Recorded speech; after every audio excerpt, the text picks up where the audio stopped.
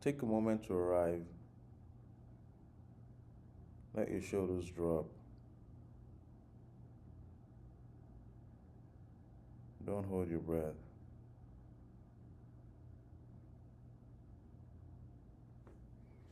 All right. So most people hear the word state and think it means emotion. It doesn't. State is the condition you're operating from, the configuration under your emotion and thought. So here's a simple picture. Two people can face the same situation and respond completely differently. Same circumstance, different response. Because the underlying state is different. Even in one person, on two different days, you can do the same task and get different outcomes. Same person, different outcome, because your state changed. State quietly determines how you speak, how you decide, and how other people experience you, often before you say a word. It colors your timing, your tone, and the sense you give off in the room. Now, here's a common trap: waiting for life to change before entering a better state. You don't wait. You enter a cleaner state, and then life responds to that signal. So, how do states actually shift? Breath. Breath changes first, quietly, before thought.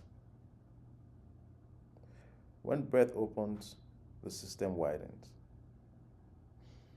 When breath tightens, the system contracts. You don't need belief. You need a steady signal on your body that your body can hold. Now let's feel 10 seconds of that right now. Let your next exhale be just a touch longer than your inhale without forcing it. Notice your shoulders, your jaw,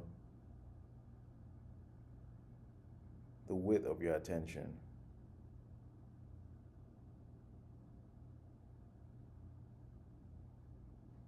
That wasn't a trick.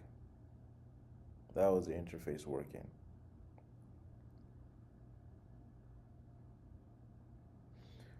So what a state actually is, so we're precise. Think of states as four linked dials working together. The first dial is the breath pattern. So what is the breath pattern? Is it fast? Is it shallow? Or is it fast and shallow? Or is it slow and open? Second dial is the muscle tone. Are you braced and tight? Or are you relaxed and ready? The third dial is attention spread. Is your attention narrow and tunneled? Or is it wide and spacious? And the fourth dial is your nervous system readiness. So are you reactive and urgent? Or are you responsive and stable? When those dials shift together, you experience changes. And then your thoughts rush in to explain it. State comes before thought, emotion, and outcome.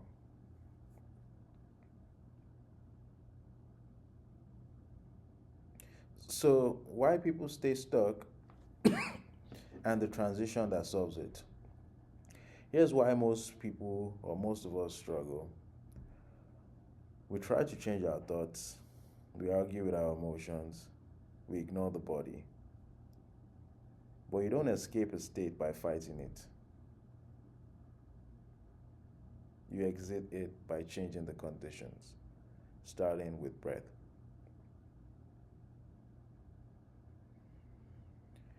So here's a smooth transition into practice. Instead of pushing for a better mood or forcing a new mindset, you quietly change the signal. As the breath steadies, the body recognizes a different baseline. When recognition happens, behavior follows without argument.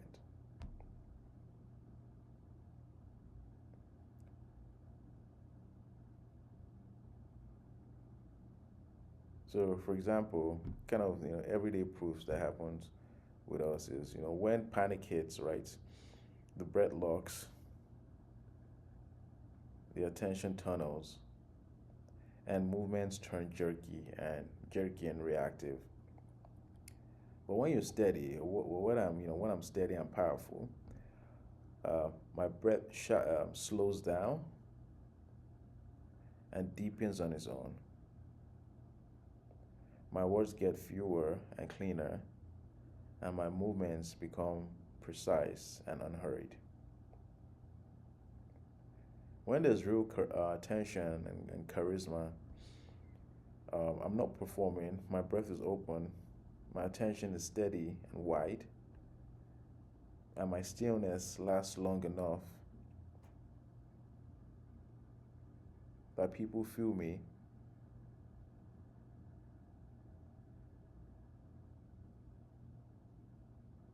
before they try to figure me out. When I'm indecisive, my breath is choppy, my chest is tight, and I keep seeking more information instead of acting. When I'm clear, my breath feels ordinary and unforced. My shoulders soften, and the next action becomes obvious without debate. If you felt any of that, you already know you live from state first, and everything else follows.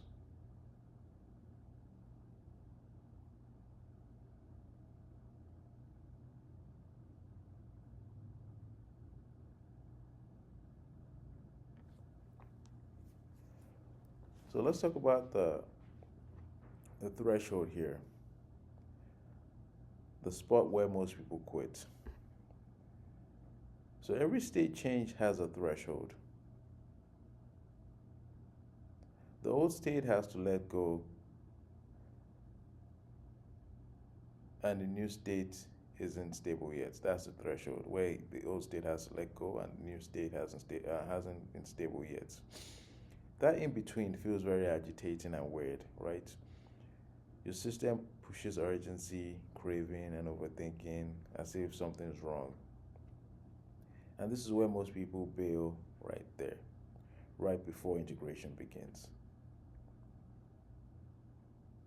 The practice is to simply stay until the breath feels ordinary again and effort drops. And when it feels normal, that means the state has integrated. And so here are two cues to tell you you're crossing that threshold. Your breath becomes natural and unforced, effort disappears, and there's a quiet sense of this is normal now.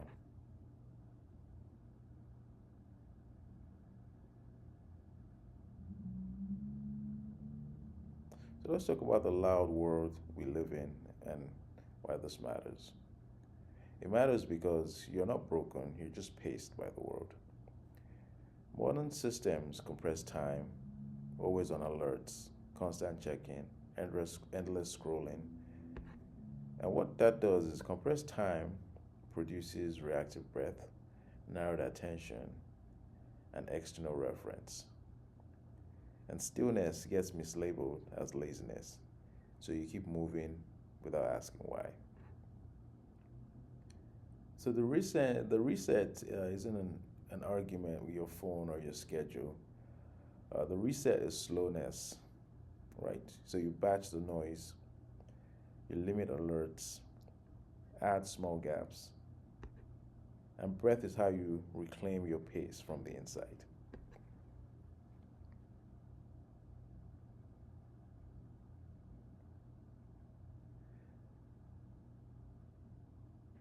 And what this practice is, and it isn't. So this practice isn't breath control. You're not trying to control your breath. Just means you're trying to pay attention to your breath until it feels normal. It isn't forcing calm. It's not chasing bliss. It's removing interference so your baseline can reappear. And where resistance drops, state reorganizes naturally. So here's a 1 minute micro practice here. You can use any time of the day. Sit or stand exactly how you are. No posture tricks here. Let your next exhale be slightly longer than your inhale. Don't push, just a touch longer. Feel for a natural pause at the bottom of your exhale.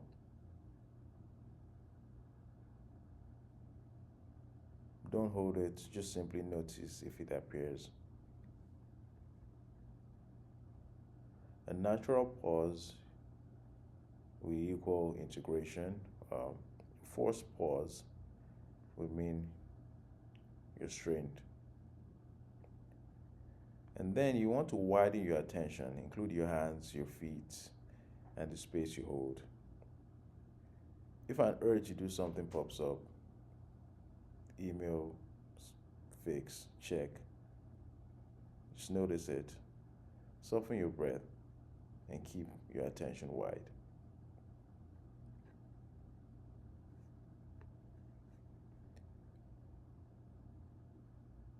So, what success looks like right now for us is the breath feels a little slower, a little deeper, a little less urgent. That's enough. The most common mistakes people make is trying to breathe correctly. Correctness is irrelevant, consistency is everything.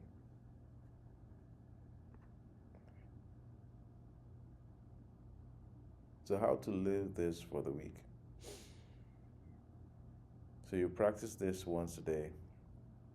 You pick a mundane moment before opening your laptop, waiting in line, parked in your driveway, and you spend 60 to 90 seconds with the exhale, slightly longer than the inhale. Let the pause appear naturally. You want to keep your attention wide. Use fewer words internally, minimal explanation, and then act small with a clean next step. So what you notice is that your speech gets simpler, your decisions get quieter and quicker. People experience you as clear, not loud. That's state first and outcome later. So in conclusion, you're always in a state, even when you don't notice it. Don't wait for life to line up perfectly. Enter a better state and let life respond to that. Breath shifts first, and then your thoughts and emotions follow. If you can feel your breath, you already have access. One practice a day, no force. Notice the shape you're in and let breath reshape it from the inside out.